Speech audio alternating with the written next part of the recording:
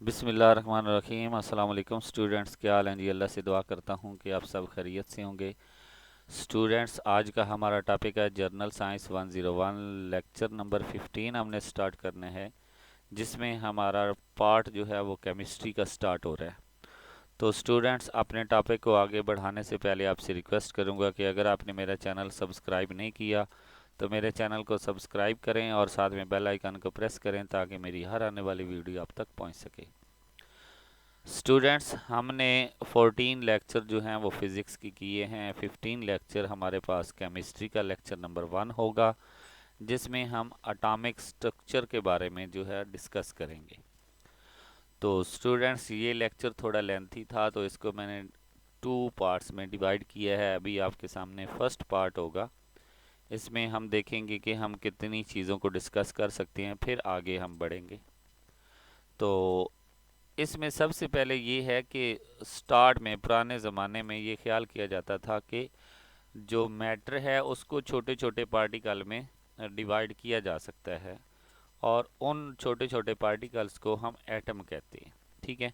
Man has known the fact that matter is a composed of a very very small particle since ancient time. पुराने वक्तों में ये ख्याल किया जाता था। इट इज़ जनरली एक्सेप्टेड, ये एक्सेप्ट भी किया जाता था, concept that matter is a discontinuous. Matter जो है उसका कोई तसलसल नहीं है, यानी कि वो कंटेनियस नहीं है, and composed of a tiny particle, और उसको छोटे छोटे पार्टिकल में तब्दील किया जा सकता है। First given by a Greek philosopher, ये सबसे पहले 5th सेंचुरी बिफोर क्रिश्चियन से पहले पहले तकरीबन ये एक ग्रीक फिलासफर थे, उन्होंने ये कंसेप्ट दिया था, और उनका नाम था ल्यूसिपोज एंड डेमस्क्रोज। ये हमारे पास दो साइंटिस्ट थे, फिलासफर थे, इन्होंने ये कंसेप्ट दिया था। इसके बाद इट इज़ नोटेबल डैट, इसको भी नोट कर लें कि Plato and Aristotle did not believe in the existence of atom. जो प्लाटो और अरिस्टोल थे उनका वो मानते ही नहीं थे कि एटम कोई चीज़ है। एटम नाम की कोई चीज़ नहीं है।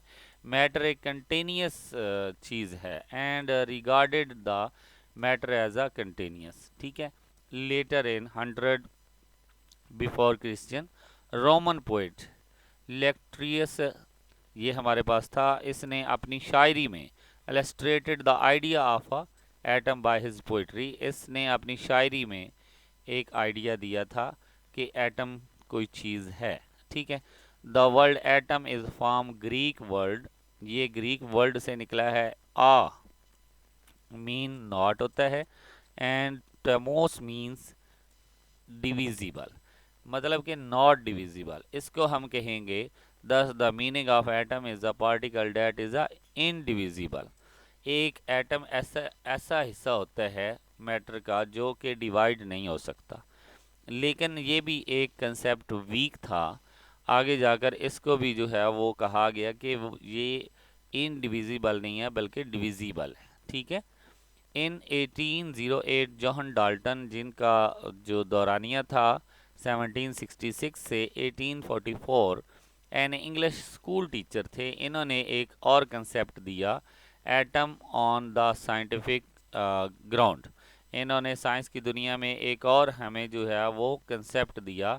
ही propose that the elements of atoms, एक एलिमेंट्स के जो एटम्स होते हैं डेट आर इनडिविजिबल, उनको वो इनडिविजिबल होती हैं, इन्होंने भी आकर यही कहा।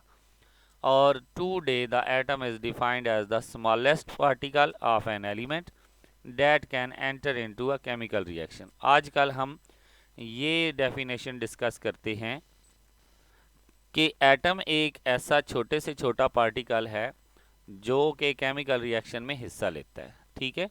इसके बाद हमने ये देखा कि एटम इज़ नॉट इनडिविजिबल। अब यहाँ पे हम डिस्कस करेंगे कि एटम जो है वो पीछे हमने पढ़ा कि ये इनडिविजिबल है, लेकिन यहाँ पे हम कहेंगे कि ये नॉट इनडिविजिबल है, ये बल्कि क्या है, डिविजिबल है। तो it is in fact a tiny organised system consist of a smaller particle. ये हमने देखा कि जो जानदार चीज़ें होती हैं उनमें जो सबसे छोटा ऑर्गेनाइज्ड सिस्टम होता है, वो छोटे छोटे पार्टिकल से मिलकर बना होता है। ठीक है, these smaller particle that make up the atom, ये जो छोटे छोटे पार्टिकल होते हैं जो कि एटम को बनाते हैं, उनको हम कहते हैं सब एटॉमिक पार्टिकल। ठीक है, सब atomic particle of a fundamental importance are a electron, proton and neutron. ये वो जो सब एटॉमिक पार्टिकल थे उनके नाम थे इलेक्ट्रॉन, प्रोटॉन और neutron.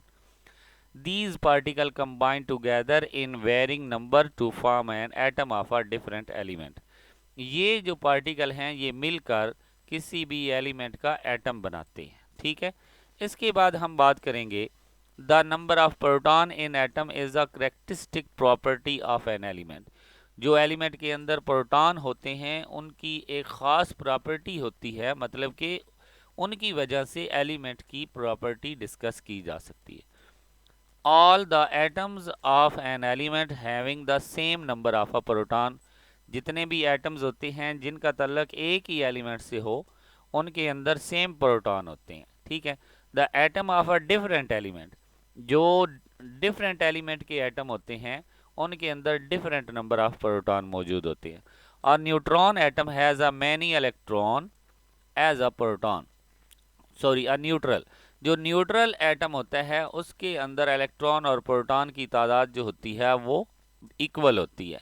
Number of a neutron is not fixed, जो नंबर ऑफ न्यूट्रॉन होते हैं वो फिक्स नहीं होते। Generally it is equal to the number of proton in a lighter atom.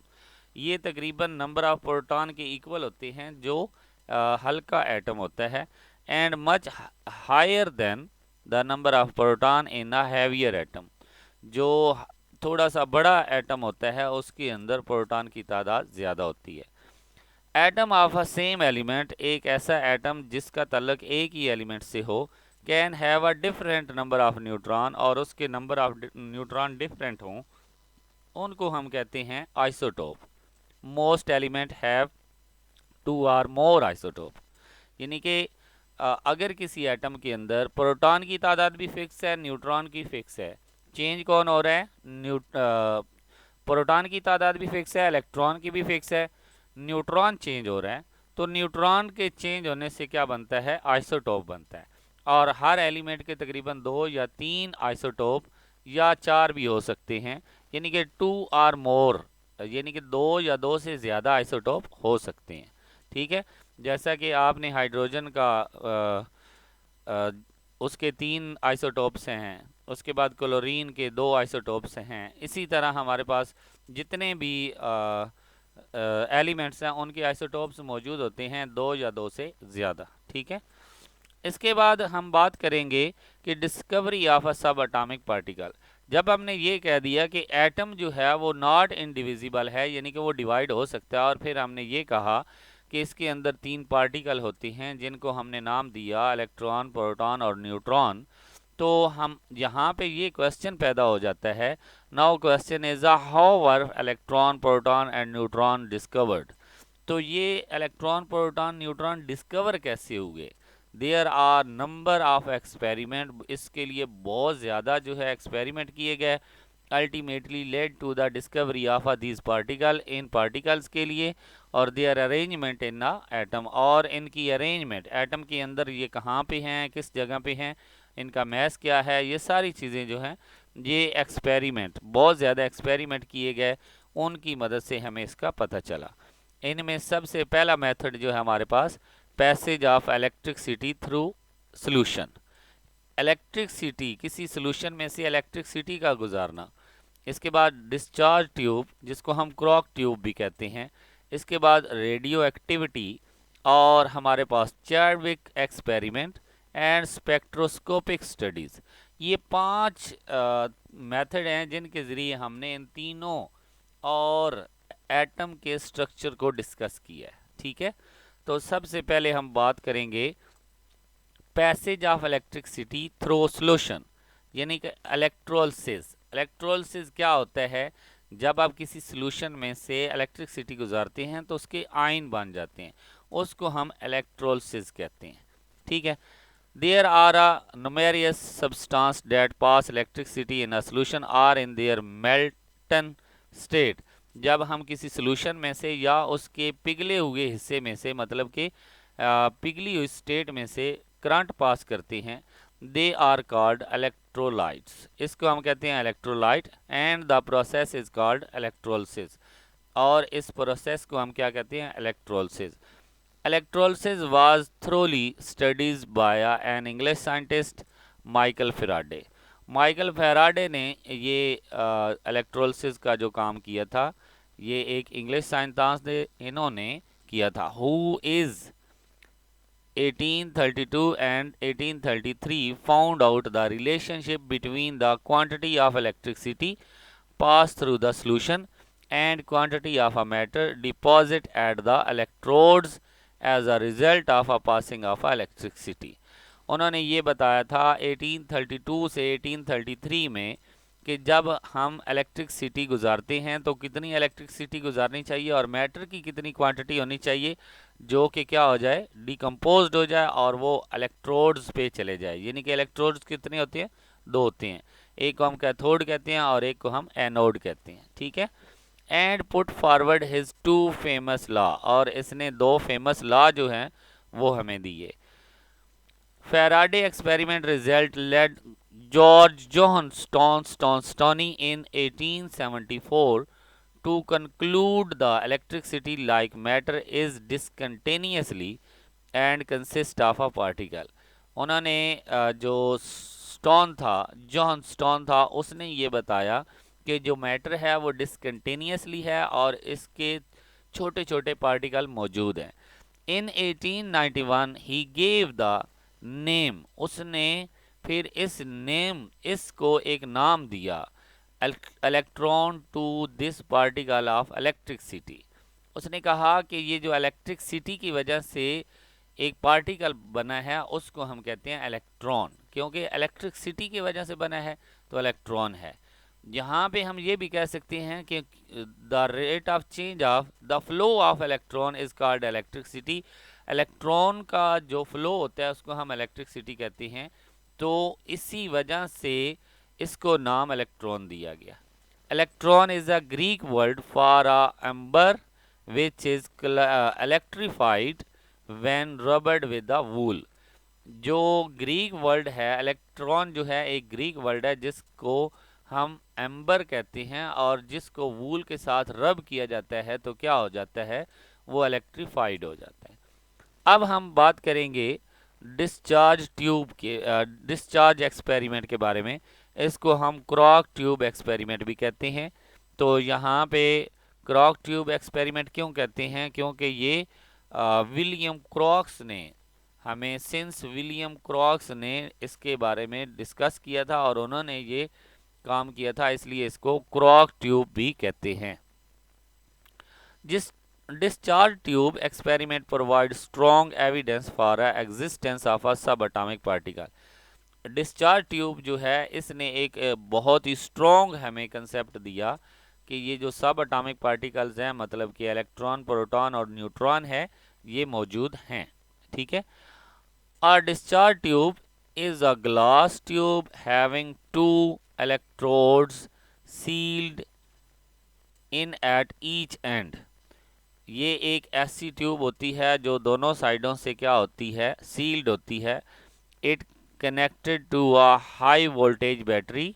ये एक हाई वोल्टेज बैटरी के साथ कनेक्ट की जाती है टू प्रोवाइड रिक्वायर्ड वोल्टेज, ताकि हमें वो जितने वोल्टेज चाहिए हो उतने दे सके। And to a vacuum pump to evacuate air और गैस फ्रॉम द ट्यूब। और एक वैक्यूम पंप चाहिए होता है जो कि ट्यूब के अंदर से हवा को निकाल लेता है। ठीक है। हवा को निकाला क्यों जाता है ये आगे जाकर डिस्कस करेंगे, क्योंकि हवा जो है वो एक नॉन कंडक्टर होती है। Since William Crookes a British physicist was a first several scientist to construct discharge tube. ये सबसे पहले विलियम क्रॉक्स ने इसको कंस्ट्रक्ट किया था, इसलिए इसको क्रॉक ट्यूब भी कहते हैं। ठीक है। इसके बाद इसकी वर्किंग के बारे में बात करेंगे। At ordinary pressure, ordinary pressure का मतलब है थोड़ा सा प्रेशर, आम सा pressure. Electricity does not pass through the tube, electricity इसमें से पास नहीं होती। सिंस गैस और नॉन कंडक्टर ऑफ इलेक्ट्रिसिटी, क्योंकि गैस जो होती है वो नॉन कंडक्टर होती है। एज द गैस और air from the tube is gradually evacuated with the vacuum pump. इस तरह हमें क्या करना पड़ेगा कि ट्यूब में से वैक्यूम पंप के ज़रिए उसको निकाल लेना चाहिए। जो भी गैस हो, हवा हो, उसको हम क्या करेंगे, निकाल लेंगे। जब हवा गैस को निकालेंगे प्रेशर डिक्रीज होगा in the tube. A number of intersecting या interesting phenomena are observed one after the other. इस तरह हम जो है उसके अंदर अपने तमाम एक्सपेरिमेंट कर सकते हैं। When the pressure is reduced to a very small, जब प्रेशर बहुत कम हो जाता है, अराउंड 0.01 0.001 टोर, तकरीबन उसके अंदर जो प्रेशर हवा का हो जाता है वो 0.01 से लेकर 0.001 टोर तक हो जाता है। An electric discharge tube take place producing a uniform glow inside the tube. तो इस तरह जब हम उसमें से करंट पास करते हैं तो उसके अंदर ग्लो पैदा हो जाती है। ठीक है। Experiment have shown that it is due to a radiation emitted from the cathode rays. Experiment ये शो कर रहा है कि which travel toward the anode. Experiment में हमें ये देखने को मिला है कि कैथोड रेज से, यानी कि कैथोड से कुछ रेडिएशन पैदा हो रही हैं जो कि लाइट पैदा कर रही हैं, जो रोशनी पैदा कर रही हैं, और वो एनोड की तरफ जा रही हैं। ठीक है। Because the rays are emitted from cathode, क्योंकि ये कैथोड से निकली हैं तो इसलिए इनको नाम दिया गया है cathode rays. Now the question is what are these cathode rays. अब ये क्वेश्चन है कि कैथोड रेज क्या है। Cathode rays are the stream of electron. Cathode rays असल में वो इलेक्ट्रिक चार्ज है जो कि वहाँ से गुजर रहे हैं। ठीक है। एमिटेड फ्रॉम द कैथोड, जो कि कैथोड से पैदा हुए हैं। All electron have the same charge, क्योंकि जितने भी इलेक्ट्रॉन है उनका चार्ज भी सेम होता है, उनका मैस भी सेम होता है। दे ऑल आर आइडेंटिकल, और ये सारे के सारे क्या होते हैं, आइडेंटिकल होते हैं। तो इस पूरे जो एक्सपेरिमेंट है इससे हमें कंक्लूजन क्या मिली है। कंक्लूजन ये मिली है all atoms contain smaller particle called electron. जितने भी एटम हैं उनके अंदर एक छोटा पार्टिकल होता है जिसको हम इलेक्ट्रॉन कहते हैं। ऑल इलेक्ट्रॉन्स आर आइडेंटिकल, जितने भी इलेक्ट्रॉन्स होते हैं वो आइडेंटिकल होते हैं। An electron is a negatively charge particle, electron जो होते हैं उनके ऊपर नेगेटिव चार्ज होता है। इट्स चार्ज इज -1.6 10 रेज की पावर -19 कोलम। जो उसका चार्ज होता है वो -1.6 मल्टीप्लाई 10 रेज की पावर -19 होता है, और ये कोलम में होता है। An electron is an extremely small material particle, और ये तकरीबन सबसे छोटा पार्टिकल होता है विद द मैस, और इसका मैस कितना होता है 9.1 मल्टीप्लाई 10 रेज की पावर -28 ग्राम, और इसका जो मैस होता है वो 9.1 मल्टीप्लाई 10 रेज की पावर -28 ग्राम होता है। तो अब हम बात करेंगे कि डिस्कवरी ऑफ प्रोटॉन कैसे हुई। तो डिस्चार्ज ट्यूब में जब ये देखा गया कि कैथोड रेज जो हैं वो एनोड की तरफ जा रही हैं, तो कुछ जो हैं वो होल से एनोड की तरफ भी जा रही थी। ठीक है। तो उस तरह हमने ये देखा कि जो एनोड से पैदा होकर कैथोड की तरफ जा रही हैं, क्योंकि वो एनोड को छोड़कर कैथोड की तरफ जा रही हैं तो उनके ऊपर पॉजिटिव चार्ज है, उन्हीं को हमने प्रोटॉन का नाम दिया। ठीक है। तो यहाँ पे वही डिस्कस हो रहा है। इन 1886 ई गोल्डस्टाइन था, उन्होंने जर्मन फिजिस्ट थे, इन्होंने डिस्कवर किया था। In addition to cathode rays के साथ उन्होंने एक और चीज़ ऐड की थी। Another type of a rays is also produce in the discharge tube which travel in a direction opposite to the cathode rays, जो कि कैथोड रेज के अपोजिट डायरेक्शन में ट्रेवल कर रही थी। The rays were given the name canal rays, इनको canal rays कहा जाता है as they pass through the canal of the cathode, क्योंकि ये कैथोड की कैनाल से गुजर रही होती हैं, इसलिए इनको कैनाल रेज कहा जाता है। These rays were made up of a positively charge particle, और ये पॉजिटिवली चार्ज से बनी होती हैं। These particles are formed due to ionization of a atom, ये इसलिए पैदा हुई हैं क्योंकि जब उसमें से करंट पास किया गया है तो उस एटम की आयनाइजेशन हुई है, पॉजिटिव पार्टिकल टूट गए हैं और नेगेटिव पार्टिकल टूट गए हैं, यानी कि पॉजिटिव और नेगेटिव आयन बन गए हैं। ठीक है, तो उसको हम कहते हैं आयनाइजेशन। ठीक है, तो उसमें ज़ाहिर सी बात है जो नेगेटिव पार्टिकल हैं वो तो कैथोड रेज हैं, तो उसके बदले में हमारे पास पॉजिटिव पार्टिकल आएंगे जो कि कैनाल से गुजर रहे हैं, और उनको हम कहते हैं कैनाल रेज, और उनका नाम है पॉजिटिव पार्टिकल। ठीक है, अब ये बात करेंगे कि in the discharge tube cathode rays the electron collide with the atom or molecules of a gas in tube, जब ये गैस के मॉलिक्यूल या एटम से टकराते हैं and knock out one or a more electron from these atom, और यहाँ से दो या दो से ज़्यादा जो हैं एटम और जो है वो प्रोड्यूस होते हैं or molecules leaving them with the positively charge. तो इस तरह जब नेगेटिव चार्ज पैदा होता है तो साथ साथ पॉजिटिव चार्ज भी क्या होता है, पैदा होता है। When atom or molecules loses one or more of its electron, जब वो अपने इलेक्ट्रॉन छोड़ते हैं, निकालते हैं, its acquires a net positive charge equal to the number of electron loss, यानी कि जब वो इलेक्ट्रॉन छोड़ते हैं तो उनके अंदर एनर्जी की कमी हो जाती है जो कि पॉजिटिव चार्ज को निकालकर इक्वल की जाती है। ठीक है, for example hydrogen and helium may produce at positive 2 and helium positive 1 ion. They may also produce hydrogen positive 1 और helium positive 2 ions. ठीक है, thus positive rays are the stream of a positive ion of a gas present in the tube that are produced due to the ionization of their atom or molecules.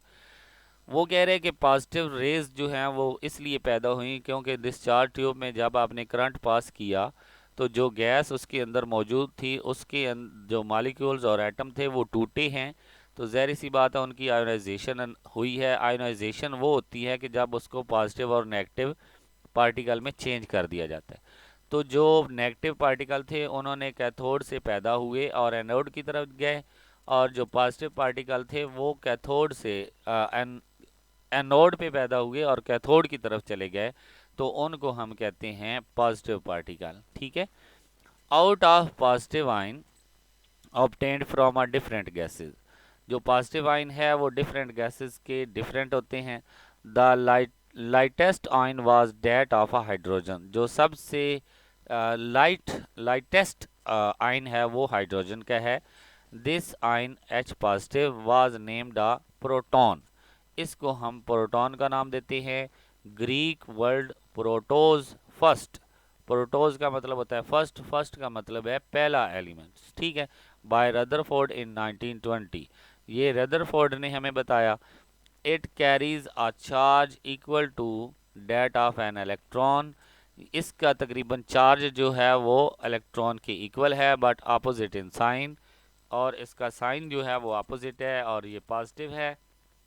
The ion produced from all gases in the discharge tube have been found to have charge that is integral multiple of a charge of a proton H positive ion. It showed that atom contain one or more positively charged particle, the proton.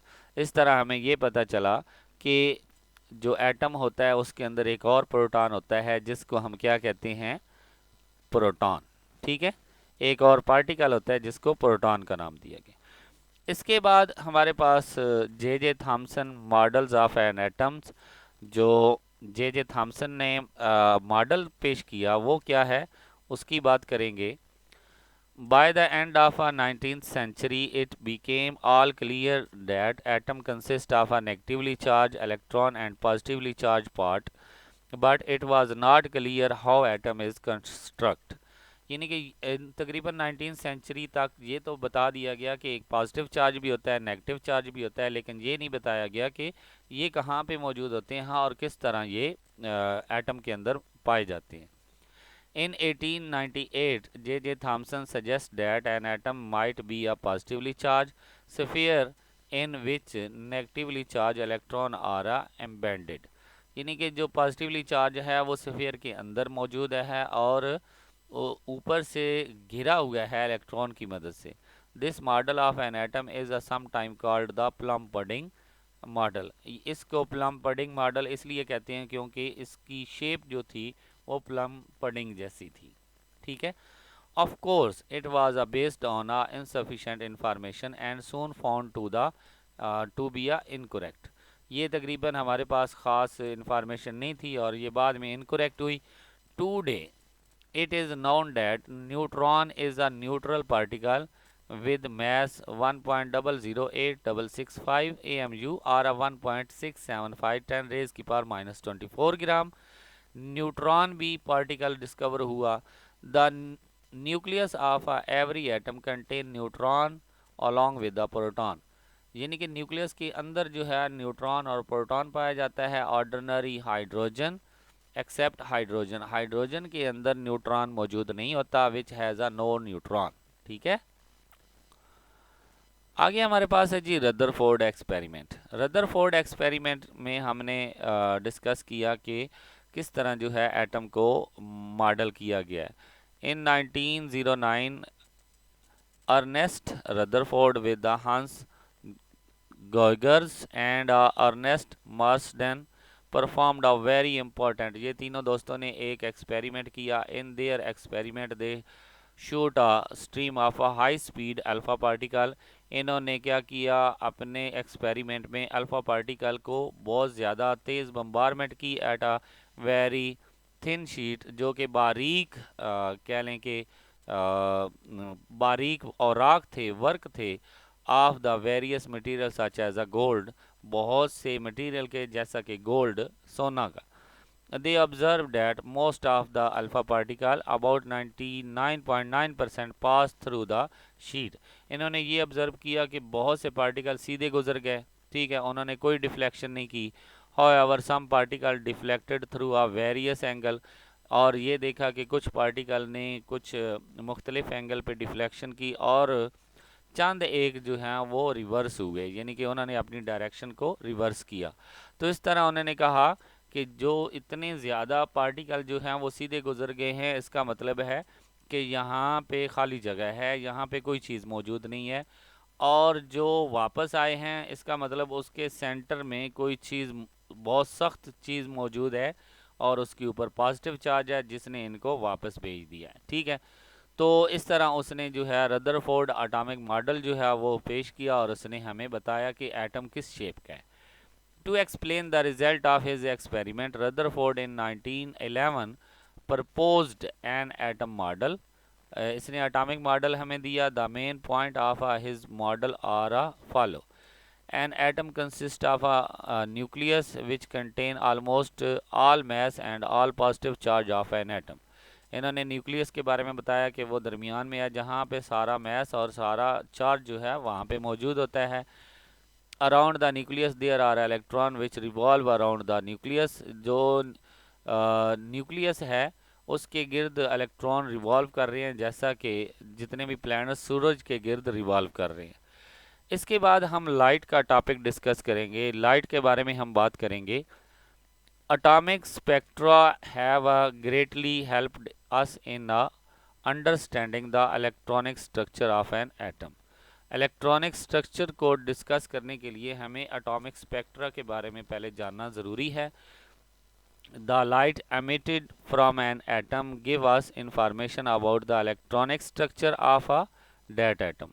जो उसमें से रोशनी जो है वो निकलती है उससे हमें बहुत ज़्यादा इंफॉर्मेशन मिल जाती है.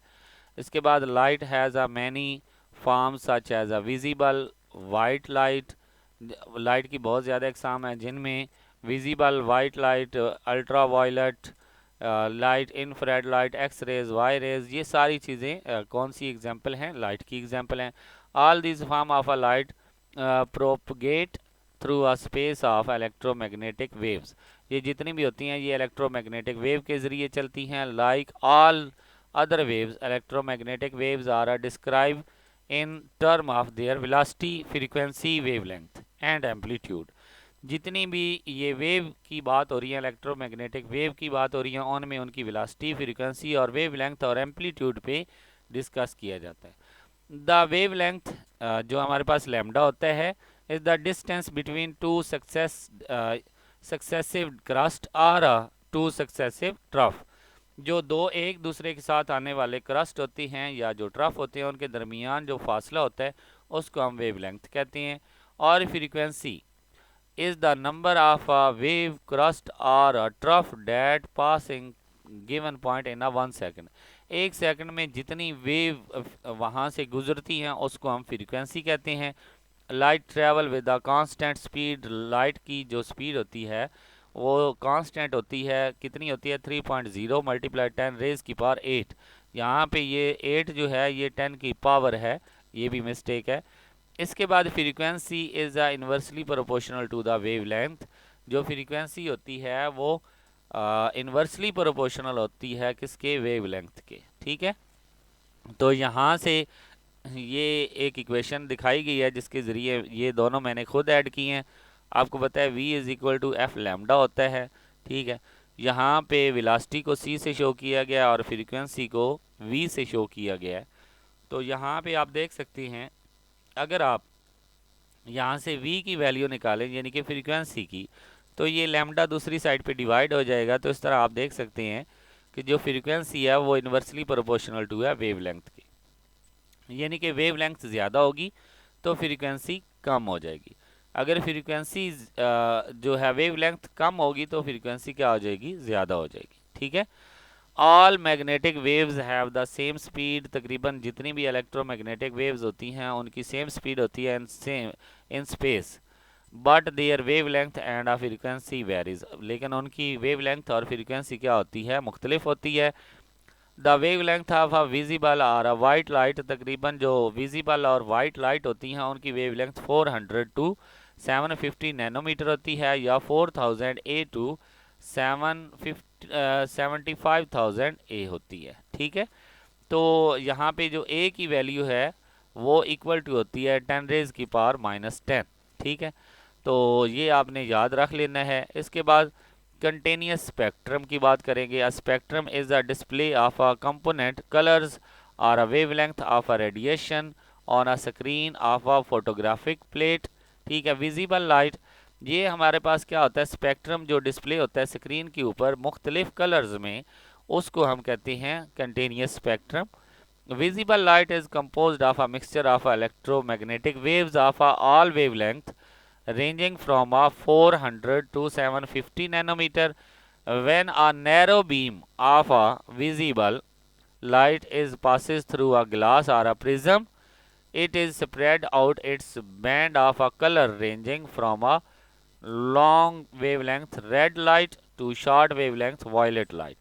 ये जो है जब एक नैरो बीम आता है, यानी कि एक दूसरे के साथ जुड़ी हुई रेज प्रिज्म में से गुजरती हैं, तो जब गुजरने के बाद उनका हर का एंगल अलग होता है, बैंड अलग होती हैं और इस तरह वो अपना कलर दिखाती हैं। तो जिनकी जो है लॉन्ग वेवलेंथ होती है उनका कलर रेड होता है, और जिनकी शॉर्ट वेवलेंथ होती है उनका कलर वॉयलेट लाइट होता है। A prism refract light to a different wavelength. जो प्रिज्म होता है वो लाइट को रिफ्लेक्ट करता है, रिफ्रैक्ट करता है डिफरेंट वेवलेंथ में through a different angle, thus disperses the beam of a light into its component और wavelength to a form a continuous spectrum. इस तरह हमारे पास एक कंटेनियस स्पेक्ट्रम बन जाता है।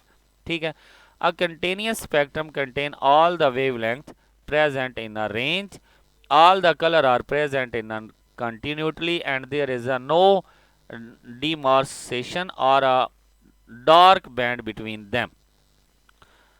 इस तरह हमने ये डिस्कस किया कि कंटिन्यूस स्पेक्ट्रम क्या होता है, जो कि जैसा कि रेनबो में क्या होता है कि लाइट आती है, वो एक स्फीयर में से गुजरती है, प्रिज्म होता है, ग्लास होता है, यानी कि वो जो पानी का बना हुआ है एक ड्रॉप होता है, उसमें से गुजरती है तो आगे क्या हो जाती है, डिफरेंट कलर्स में फैल जाती है, उसको हम कंटिन्यूस स्पेक्ट्रम कहते हैं। ठीक है। इसके बाद हमारे पास एटॉमिक स्पेक्ट्रम क्या होता है। When an electron in its atomic form is heated, जब हम उसको एटॉमिक फॉर्म को हीट करते हैं, इट एमिट्स रेडिएशन, ये रेडिएशन पैदा करता है। If a beam of a light emitted by a sample of an elements excited elements is pass through a prism, जब ये प्रिज्म में से गुजरते हैं, spectrum contain only a few lines, wavelength is obtained.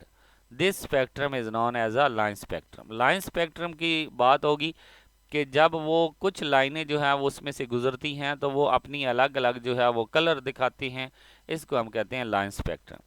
Since the light is emitted by an atom of an element, the spectrum is also called the atomic emission spectrum. इसका दूसरा नाम atomic emission spectrum भी है, and simply emission spectrum and atomic spectrum, ये तीन इसके नाम है। The dark region of a spectrum corresponds to the wavelength for which light is not emitted. Dark region वो होता है जहाँ पे लाइट एमिट नहीं होती, यानी कि वाजिया नहीं होती। ऑन द अदर एंड, दूसरे अल्फाज में, if we pass a beam of a white light through a sample of a unexcited gas, जब हम उसको अनएक्साइटेड गैस, ऐसी gas, any elements are gaseous state, and the transmitted light is pass through a prism, और जब ये light जो है prism में से गुजारी जाती है, the spectrum obtained is called a absorption spectrum. और जब ये ट्रांसमिटेड लाइट होती है किसी प्रिज्म में से तो उसको हम अब्जर्प्शन स्पेक्ट्रम कहते हैं। Absorption spectrum of an element is also a line spectrum, इसको भी हम लाइन स्पेक्ट्रम कहते हैं। It is the photographic negative of a emission spectrum, जब हम फोटो बनाते हैं, पुराने वक्तों में फोटो बनाया जाता था, उसके एक नेगेटिव होता था, वो भी हमारे पास क्या होता है, एमिशन स्पेक्ट्रम होता है।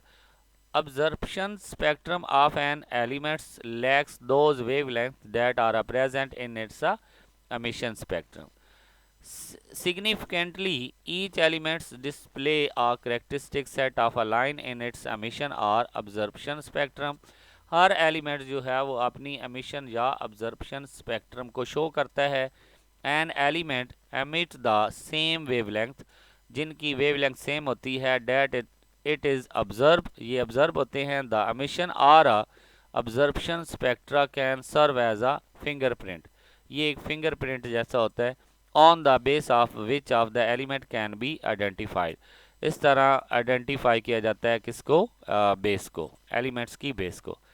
इसके बाद हमारे पास है जी atomic spectra of hydrogen. Hydrogen का जो एटॉमिक स्पेक्ट्रा है, hydrogen is the simplest element.